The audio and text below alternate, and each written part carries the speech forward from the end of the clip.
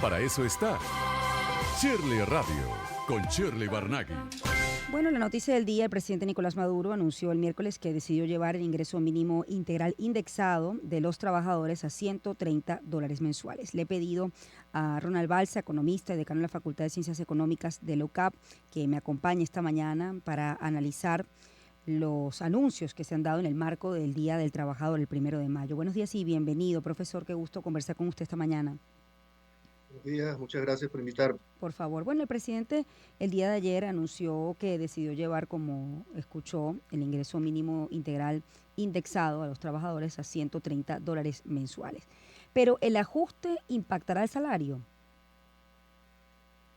No hizo ninguna referencia al salario, así que yo supongo que seguirá en 130 bolívares. Y eso significa que todas las mediciones para prestaciones, vacaciones, utilidades siguen atadas al 130 para quienes tengan salario mínimo. Mm. Ahora, esta política de bonificación del salario, que entiendo no solo se hace a nivel público, sino también a nivel privado, ¿no? Es la única forma que en el contexto venezolano puede hacerse, es decir, para que el Estado pueda seguir teniendo de alguna manera, cumpliendo sus compromisos con el sector público. Y también hablemos del sector privado, es decir, pareciera que hay una política de bonificación para que no se impacte en el tema de antigüedades, vacaciones. Y bueno, la paradoja es que justamente se cumplen 12 años de la ley del trabajo en estos días, ley orgánica del trabajo, los trabajadores y las trabajadoras, que tiene en su justificación, o sea, justamente un reclamo contra la ley del año 1997. Y ese reclamo tenía que ver con la pérdida de las prestaciones por parte de los trabajadores, como se argumentó y se discutió en aquel tiempo, y que tenía que ver con la bonificación justamente de los ingresos de los trabajadores. Así que lo que tenemos en este momento es el mismo problema contra el cual supuestamente la ley del trabajo se presenta. Y al preguntarse si hay otras alternativas para Ujú. cumplir la ley, pues lamentablemente no conocemos el presupuesto nacional.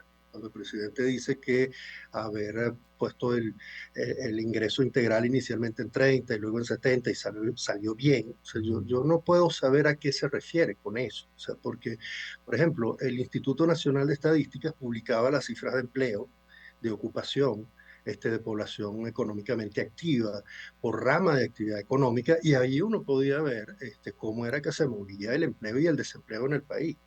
Las cuentas nacionales publican justamente el crecimiento del producto, pero no solo eso.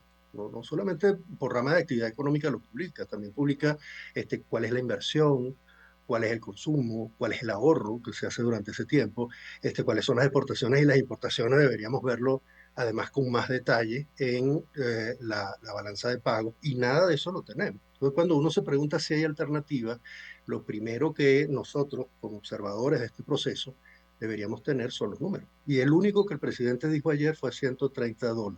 No dijo ni siquiera 130 bolívares de salario, no dijo, pues, no dijo efectivamente cómo ha ido evolucionando la economía, sino que supuestamente como ha ido creciendo, pues ahora hay que tener un impuesto adicional para pagar pensiones. Y allí me quedó otra duda, Ujú. porque eso implica un reconocimiento, afortunadamente se hace, del mal estado en el que se encuentra la seguridad social en nuestro país. Pero ese reconocimiento viene con el anuncio de una misión para abuelos y abuelas. Yo no sé qué papel tendrá el Instituto Venezolano de los Seguros Sociales en eso. No sé por qué hay que cobrar un impuesto específicamente para pago de pensiones cuando hay tantos gastos que hay que hacer. Y la visión de conjunto es esencial para nosotros. O sea, un pensionado, por ejemplo, que deba ir a un hospital público y en ese hospital no haya cómo atenderlo, pues es un pensionado con una pensión sin salud. Ujú. Y ese es un tema que atender. Sí, bueno, de hecho, anunciaron que esta semana va a ser introducido al Parlamento un proyecto de ley para que las empresas privadas hagan un aporte especial mensual, ¿no? De acuerdo a sus ingresos netos. Entiendo que, según han dicho, el objetivo es mejorar los ingresos de los pensionados. Entonces aquí la pregunta es, bueno, ¿realmente esto es responsabilidad o debe ser responsabilidad del sector privado? Cobrar impuestos es algo que deben hacer todos los gobiernos, pero también deben decir cómo usan esos impuestos, Mm. cómo usan los recursos. Ayer el presidente hacía una pregunta que a mí me parecía retórica. Él decía bueno, si se habían perdido ingresos por las sanciones, eh, que PDVSA aportaba, pues para eso estaba el CENIAT. Y el CENIAT había logrado aumentar, ese fue el otro número que dijo el presidente, 74% los impuestos, la recaudación por lo menos del primer trimestre o cuatrimestre. Pero luego preguntó en qué se usan esos recursos y nos dijo en las misiones, en construir apartamentos, yo necesito como ciudadano y como economista ver el presupuesto nacional, ver cómo se han utilizado esos recursos y si han rendido los frutos que se esperaba de ellos. Porque, por ejemplo, cuando yo pienso en las vacunas, y recuerdo los tiempos del COVID, se habló mucho de traer vacunas para el COVID, pero estaban todas las otras enfermedades, la tuberculosis, estaban todos los temas del virus del papiloma humano, hay una cantidad de enfermedades que pueden afectar a los niños y a los adultos, y de eso no se habló en ese momento y en este momento no se habla de nada, o sea, no se habla de vacunas de ningún tipo. Entonces yo necesito saber si efectivamente el uso de los recursos ha ido al destino que sería preferible que tuviera. Porque cuando uno piensa en el salario de un trabajador o en el ingreso mínimo de un trabajador y piensa solo en la canasta alimentaria, si puede comprar o no comida, pues está dejando de lado todas las otras necesidades que los trabajadores tienen. Bueno, la pregunta va en ese sentido, es decir, en este contexto me gustaría, digamos, que hagamos un análisis de cómo se está comportando la economía para saber si el sector privado puede soportar un impuesto más de los que ya paga. Lamentablemente no sabemos cuál es el monto de ese impuesto. El presidente lo único que dijo ayer fue de acuerdo con sus ingresos. Yo me preguntaría si para eso no está el impuesto sobre la renta, si efectivamente se cobra el impuesto sobre la renta, dependiendo de los ingresos. Además se cobra el impuesto a las transacciones financieras, el IVA, todos estos impuestos se reúnen dentro de lo que debería entenderse como unidad del tesoro y debería destinarse a todos los gastos que el gobierno hace. Yo siento que cada vez que se nos habla de esto, el gobierno dice que los salarios son malos y las pensiones son malas y por eso tiene que cobrar otro impuesto. Yo me pregunto a qué destina los impuestos que ya cobra. O sea, porque el sector privado, cuando se dice que ha empezado a crecer, yo, como te decía al principio, yo no sé cuáles son los sectores que han crecido con el detalle que el Banco Central publica o publicaba. Y por tanto, yo no sé cuál es el sector que va a llevar esa carga, sobre todo porque ahorita se habla de la ley de las zonas económicas especiales, que implica que algunas zonas del país tienen exención fiscal. Y esa exención implica que ellos no pagan tantos impuestos como el resto del país. Pero cuando el presidente dice que va a aumentar la carga sobre parte del sector privado, es sobre, entiendo yo, el sector privado que no está en las zonas económicas especiales.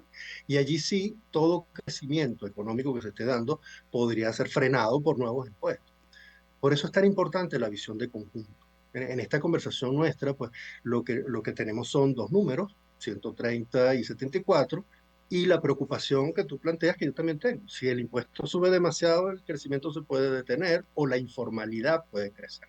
Ahora, el diputado y exministro de Trabajo Francisco Torrealba aclaró luego de la locución del presidente que el equivalente en bolívares de los $130 se va a distribuir en $90 de bono contra la guerra económica y 40 de bono de alimentación. ¿Cuál es el alcance, digamos, de esta medida? Es decir, ¿a quién beneficia específicamente, quién lo recibe y quién no, si todo el sector público lo recibe? O sea, sumando 30 y 90, ya no dio 130 y el salario mínimo no aparece por ninguna parte, son dos bonos, ¿no? No, Este, es 90 y 40. 90 y 40, 40, perdón, sí. ya nos da 130. Entonces, no hay salario mínimo. Que hay es un par de bonos. Hay algunos que reciben los que están en el nivel mínimo de ingreso que los entrega el gobierno, lo que nos hace pensar que la diferencia entre bono y salario tiene más que ver con la decisión a los niveles mayores de ingreso. O sea, cuando ya además de los bonos, el trabajador empieza a percibir un salario. Y eso lo mencionaba ayer el presidente, pues eso impacta la escala salarial hacia arriba. Bueno, recordar que en el año 2018, cuando el presidente aumentó el salario mínimo, allí sí, prácticamente 60 veces en medio de la hiperinflación, la consecuencia fue achatar las escalas salariales de todo el sector público y del privado, hasta que la hiperinflación nuevamente hizo desaparecer el salario mínimo y los que aparecieron fueron los.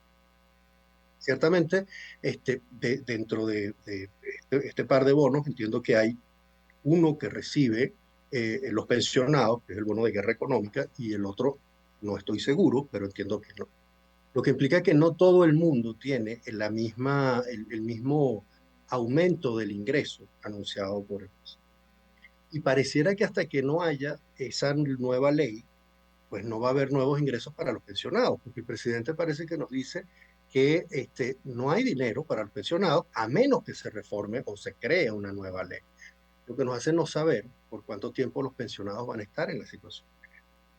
Y a medida que las tablas, o sea, los ingresos salariales aumentan, los ingresos, perdón, de los trabajadores aumentan, entiendo yo que el papel del salario pasa a ser más importante. Me preguntabas por el sector privado. Pues el sector privado, en buena medida, puede tener un nivel de ingreso mayor a que el gobierno obliga a tener, porque también aumenta, sí tiene salario definido, pero no iguales para las distintas posiciones del trabajador dentro de la empresa. Quienes tienen las posiciones de mayores ingresos, pues reciben una proporción de salario mayor que los bonos. Pero los que están más cerca del salario mínimo pueden terminar allí donde el gobierno está estableciendo la norma. Ujú, ujú. Y ese es un problema, pues, de definición de todos los derechos de los trabajadores. Sí. Ahora, ¿en qué contexto económico se da, digamos, este aumento del ingreso mínimo integral indexado? La pregunta es, ¿la inflación ha estado quizás más estable en este último tiempo? El tipo de cambio ha estado también un poco más estable con algunos que otros retrocesos, pero ha estado estable y se da este aumento, ¿no? Hablemos de todas esas variables. Sí.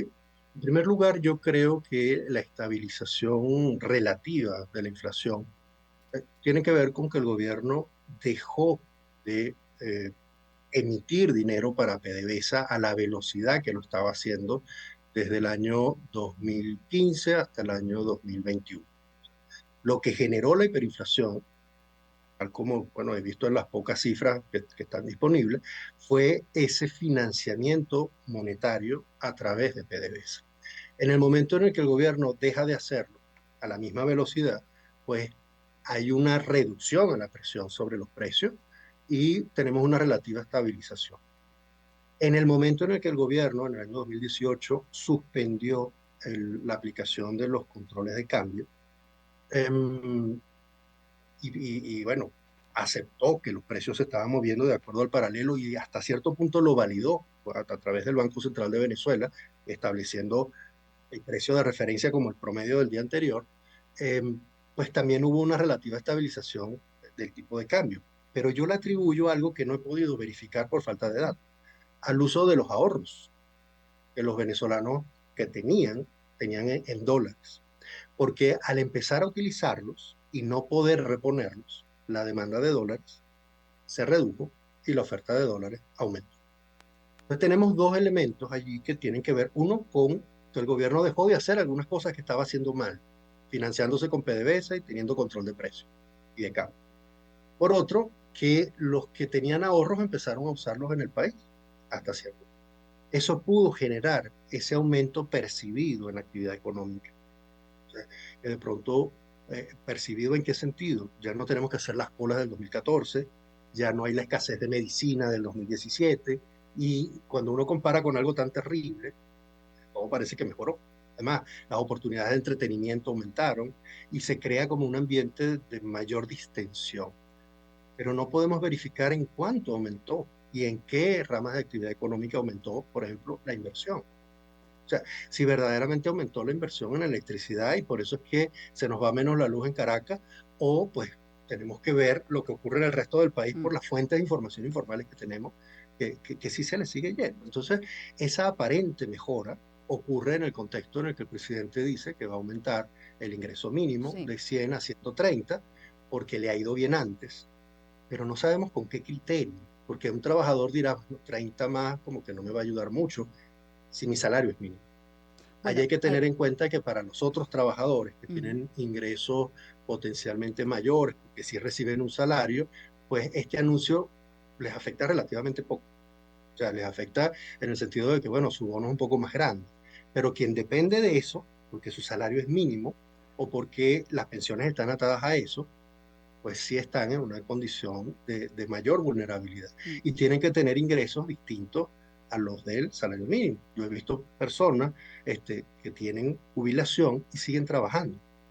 O sea, tienen la jubilación por una vía, pero tienen que trabajar vendiendo algo porque sus ingresos no son suficientes. Mm, mm. Y esa idea que se tuvo en algún momento de que las remesas podían compensar la diferencia, las deficiencias salariales y de ingreso, también se basaba en algo que para mí es una imaginación desbordada. O sea, quien se va para mantener a los que viven acá, ¿no? Quien se va porque no se puede mantener aquí, no necesariamente se puede mantener allá. Y en algunos casos se lleva sus ahorros y en algunos casos gente de aquí puede tratar de ayudarlos cuando les va mal allá. Es decir, la vía de la remesa puede ser bidireccional, para utilizar este término, y uno no puede asegurar que esos ingresos vienen de él. Así que esa aparente mejoría que algunos pueden sentir que tienen, no es para todos, no es en todos los espacios. Quien sufre una enfermedad o tiene un niño en el colegio, pues tiene unos gastos que no tiene bueno, no tiene ni viejos ni niños cerca y está sano. Mm. Y por eso, pues, pensar que la economía está mejorando y ahora sí viene el momento de repartir y hay que cobrar un impuesto para los viejos sin publicar el presupuesto. Es algo que para mí es muy insuficiente. Sí, ahora, ¿cuál es el salario mínimo necesario en Venezuela? A ver, entiendo que puede haber una aspiración, pero con la posibilidad real, si tomamos por ejemplo la canasta básica, ¿no? Es decir, es posible tener un salario mínimo que cubra al menos la canasta básica, es decir, eso es algo real, es posible hacerlo en este momento. ¿Y cuál sería? Ahí también hay varios puntos que tocar, Mm, aparte del hecho de que no tengo la información para sacar la cuenta.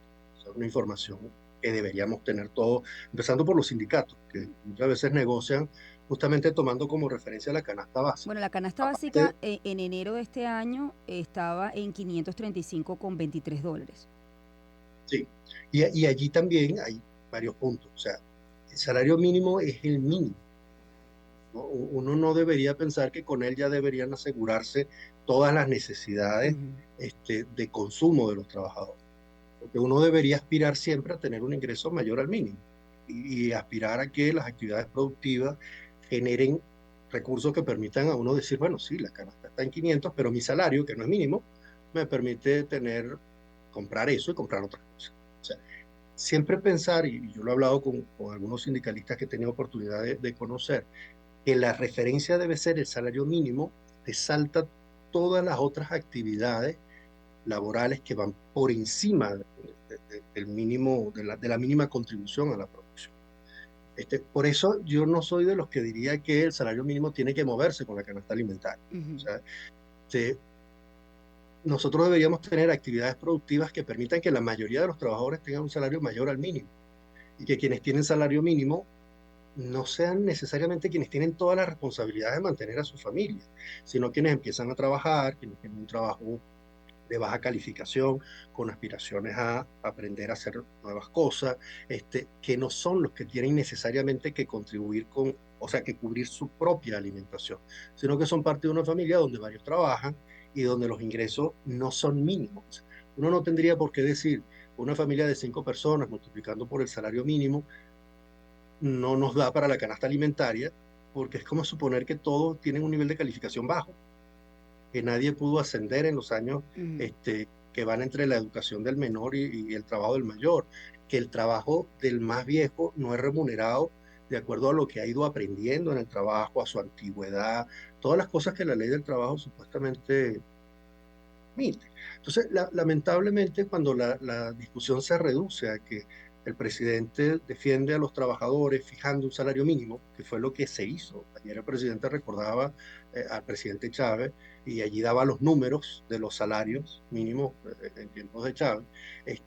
Pareciera que la discusión se reduce demasiado a ese espacio. Los trabajadores tienen otros derechos, tienen otras capacidades, tienen Mm. otras posibilidades, aparte del hecho de que el salario mínimo cubra la canasta alimentaria.